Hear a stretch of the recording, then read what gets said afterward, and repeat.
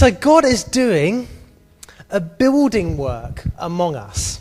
He is building his kingdom. And in my opinion, I think we should actually have a sign up whenever we meet for church which says under construction, right? And maybe have some hard hats lying around and some work boots.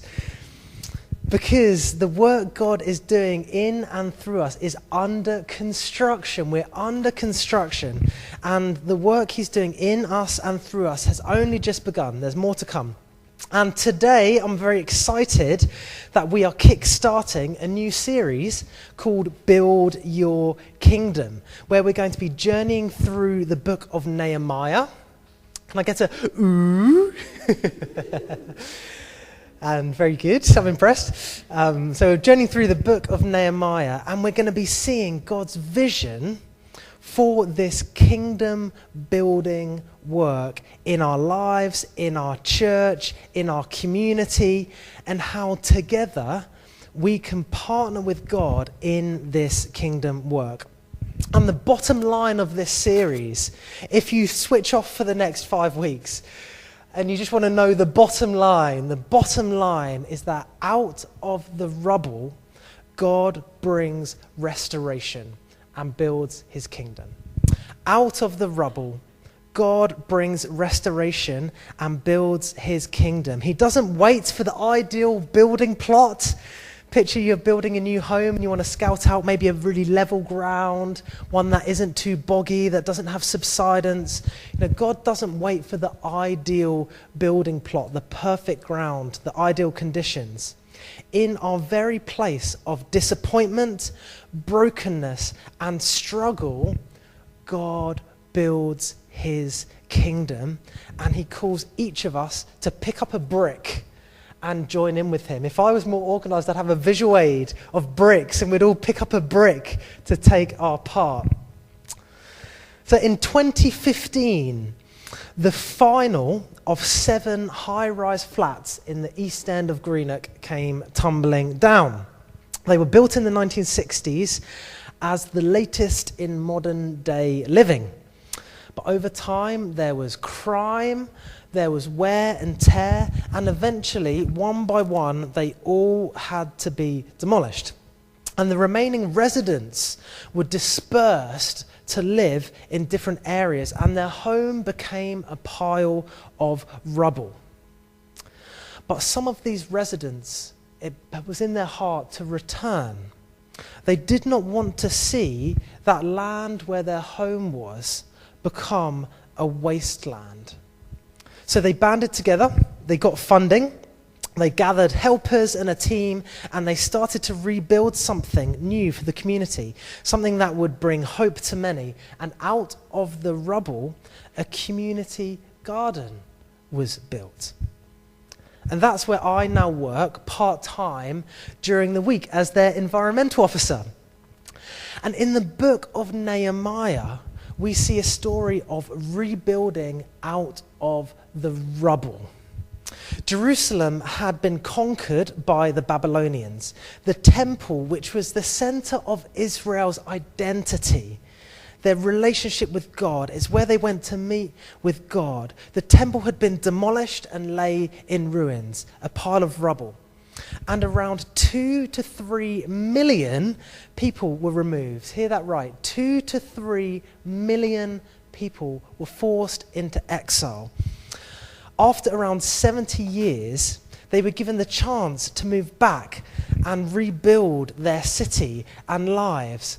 But when given the chance, only around 50,000 people moved back to Jerusalem. A tiny, tiny fraction of what there were before. To put those numbers into context so we can picture it, picture the population of Glasgow, all the areas, north, east, south, west, Shorelands, Queen's Park, the city centre, Kelvin Grove, all the areas. The population would be about 4 times the size of Glasgow that would have been forced to move and live elsewhere. And 70 years later, only the population of around Greenock, the size of Greenock, moved back into that same city to rebuild their lives. A tiny, tiny fraction. In fact, it was about 2%. Imagine the absolute heartbreak, the frustration, the scale of the work ahead of them, and with 98% of their people missing and only 2% remaining. And in the book of Ezra, we see the rebuilding work beginning under the leadership of a man named Zerubbabel. I love that name. It's got a ring to it, doesn't it? If we have more kids, like, suggest to Abby Zerubbabel. It's quite cool, isn't it? She probably would say no. Yes, yeah. We'll keep that in this room, right? So Zerubbabel began rebuilding the temple first in Jerusalem. Then along came Ezra, and Ezra came with a different approach. He taught God's laws and attempted to begin to rebuild their spiritual identity that had been lost in the rubble, and reform their community as a nation. And here we have Nehemiah with a vision to rebuild the walls of Jerusalem, which still lay in ruins some 100 years after the exiles had actually returned to Jerusalem. So this is where we begin in Nehemiah chapter 1, reading from verses 1 to 11. And it should come up on the screen. Wonderful, thanks Eddie. And there are Bibles at the back if you'd like to read one. And also I can see people on their phones flick through as well. We're in the NIV. So Nehemiah chapter 1, verses 1 to 11. Nehemiah's prayer. The words of Nehemiah, son of Hakaliah, in the month of Kislev, in the 20th year, while I was in the citadel of Susa, Hanani, one of my brothers, came from Judah with some other men, and I questioned them about the Jewish remnant that had survived the exile, and also about Jerusalem. They said to me, those who survived the exile and are back in the province are in great trouble and disgrace. The wall of Jerusalem is broken down, and its gates have been burned with fire. When I heard these things, I sat down and wept. For some days I mourned and fasted and prayed before the God of heaven. Then I said, Lord, the God of heaven, the great and awesome God who keeps his covenant of love with those who love him and keep his commandments. Let your ear be attentive and your eyes open to hear the prayer your servant is praying before you, day and night for your servants, the people of Israel. I confess the sins we Israelites, including myself and my father's family, have committed against you. We have acted very wickedly towards you. We have not obeyed the commands, decrees, and laws you gave your servant Moses.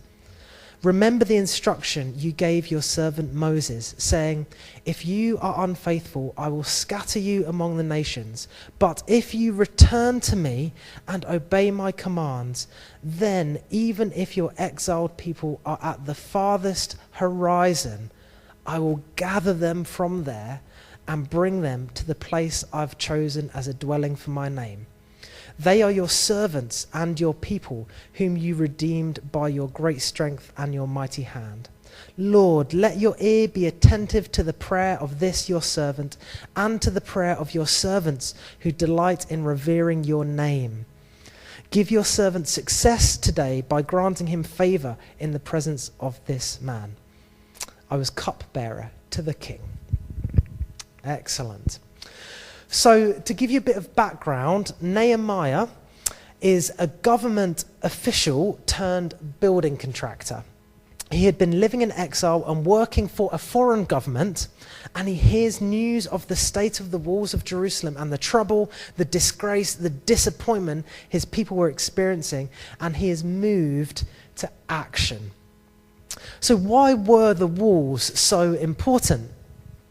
Firstly, they represented security.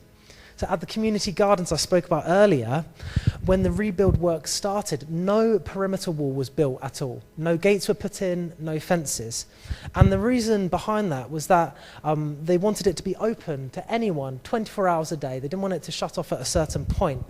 But the danger to that is it's incredibly vulnerable to damage and vandalism. And often there is a lot of vandalism, especially in the evenings and over the weekends.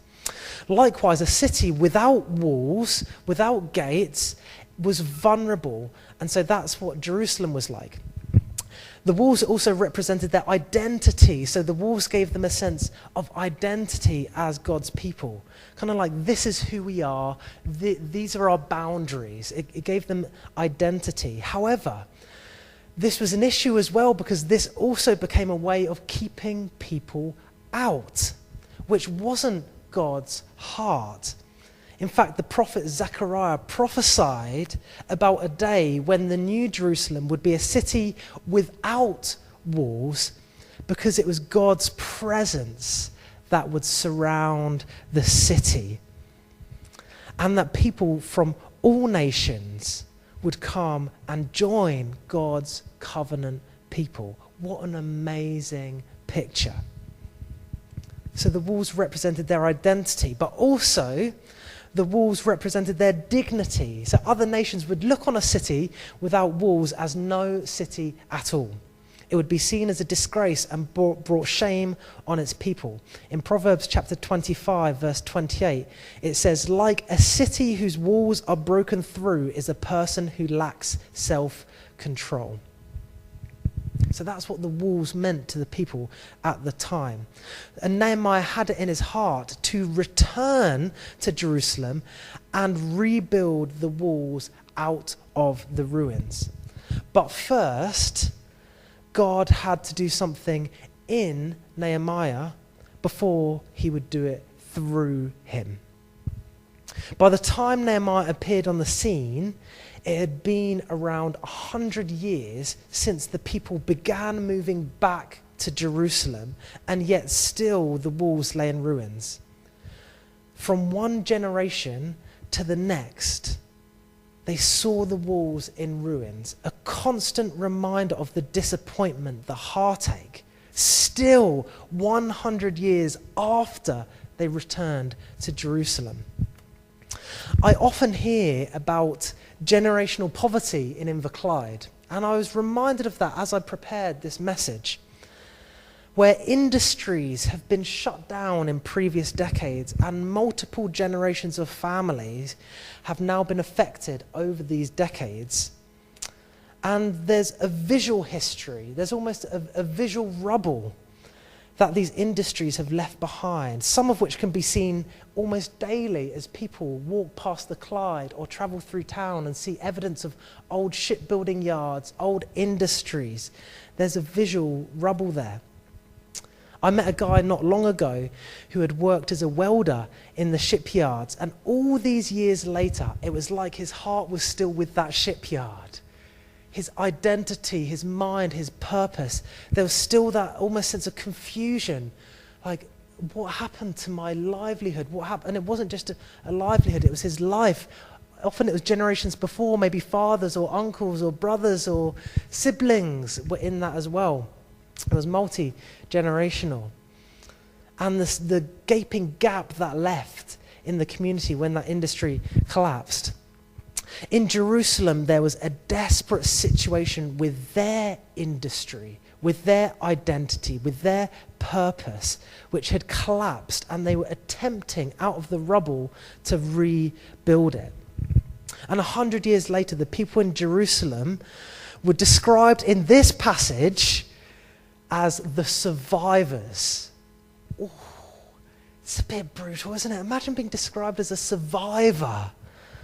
It's not the most glamorous of titles. Hey, survivors. It's not the best, is it? And locally, I wonder if there are some Inverclyde residents who have this lingering sense of feeling like the survivors of previous decades. And here we are, as church family, plucked out by God for such a time as this, to be hope bringers and to be rebuilders in this place. And back in Jerusalem, during that 100 years where they were rebuilding the temple and trying to reform their community, they didn't just sit and look at the broken down walls. It's not as if they didn't try to rebuild the walls. In Ezra chapter 4, we actually read of a failed attempt to do it. So now, conceptually, this was not just rubble, but rubble upon rubble. And this is the context that God is doing a work in Nehemiah. Before Nehemiah could go to Jerusalem with vision and passion and leadership and gather people together, God was doing a work in him. In verse 4 of this passage, it says, "When I heard these things, I sat down and wept. For some days I mourned and fasted and prayed before the God of heaven." He sat down, he wept. He mourned, he fasted. He prayed over the hardships his people were facing and the state of Jerusalem. He didn't point the finger at others. He took responsibility. In verse 6, he said, "I confess the sins we Israelites, including myself and my father's family, have committed against you." God was doing a work deep in Nehemiah. And it says, for some days, Nehemiah remained this way. So was it a few days, maybe a week, a few weeks, a month? No. He spent 4 months sitting, weeping, mourning, fasting, praying. It was 4 months between chapter 1 and chapter 2 when he kicks into action and goes to Jerusalem. 4 months, day and night, God was doing a work in him. And we learn later in the book that with blood, sweat and tears, working day and night, they rebuilt the walls in just 52 days. It took 52 days. So if we take a total of 172 days, only 30% of that was actually spent doing the brickwork. 70%, 4 months, was spent in prayer, weeping, mourning, God doing a work in Nehemiah. 30% was spent doing the brickwork, 70% was spent in prayer. And I find this really challenging. Often I just want to crack on in action and get stuff done, and I can feel frustrated. But here is a reminder that God wants to do a work in me and not just through me. And that's true for every single one of us here this morning. In much of my ministry, I believe God has actually been working on me, shaping me, molding me. And he does this so that I can be ready to be used by him to bring hope out of the rubble. One thing personally I've started doing again recently is journaling. So I'll get to bed a little earlier than usual, and with the Bible open, I'll begin to just write out my prayers and write out on what's on my heart to God, and asking for breakthrough, asking for his foundations to come through and for his work to be established and built, just calling out to him. And time on our knees before God, aware of the rubble that surrounds us, is never wasted, because God is doing a work in us during that time.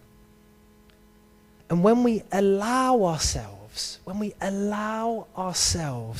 to experience the reality of the rubble in our lives and those around us, what God is doing is he is preparing foundations for the building work that will take place to build his kingdom.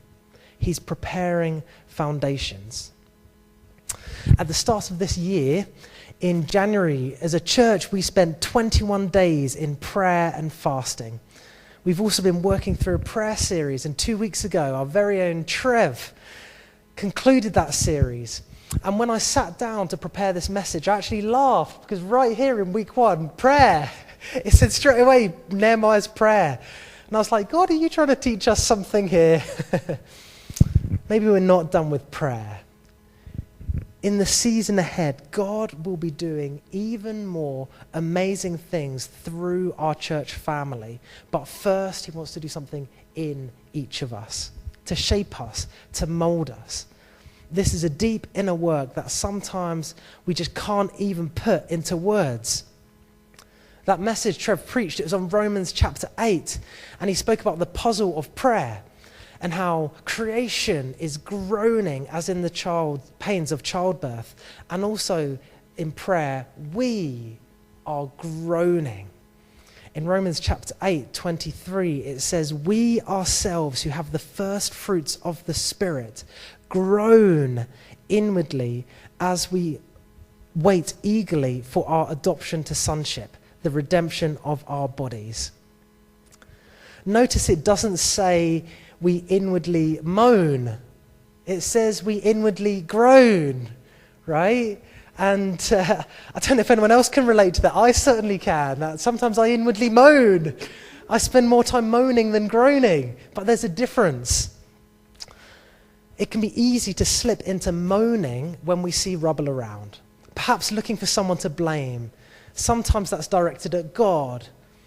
God, why are these city walls in ruins? How could you have allowed this to happen?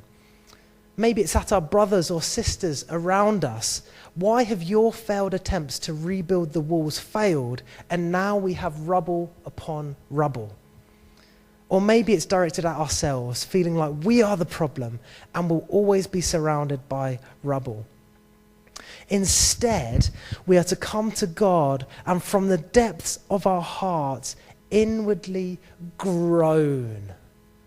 Groan before God. This means we yearn for something greater. Our heart aches for restoration in the broken places, for healing, for God's kingdom to come on earth as it is in heaven. We have this deep-filled hope in our prayers. Romans 8:26, it says, the Spirit helps us in our weakness. We do not know what we ought to pray for, but the Spirit himself intercedes for us through wordless groans. There it is again. We groan, we don't moan. Now imagine Nehemiah spent a lot of those 4 months groaning before the Lord on his knees. And as we groan in the Spirit, we can be the most hopeful people on the face of the planet because of God's promises and God's faithfulness. He never breaks his covenant with his people. If God is for us, who can be against us? And that's the direction that Nehemiah goes in through those 4 months. As we read, he moves towards God's promises, to remember God's promises himself and to remind God of his promises. In verse 9, he prays God's promise, saying, but if you return to me and obey my commands, then even if your exiled people are at the furthest horizon, I will gather them from there and bring them to the place I've chosen as a dwelling for my name. There's hope as we pray God's promises in the midst of rubble around us. Because where we see rubble, do you want to know what God sees? God sees foundations for his kingdom. Where we see rubble, God sees the foundations for his kingdom. So God is calling us to get amongst the rubble and build his kingdom. And the work begins in you and I. It begins in here.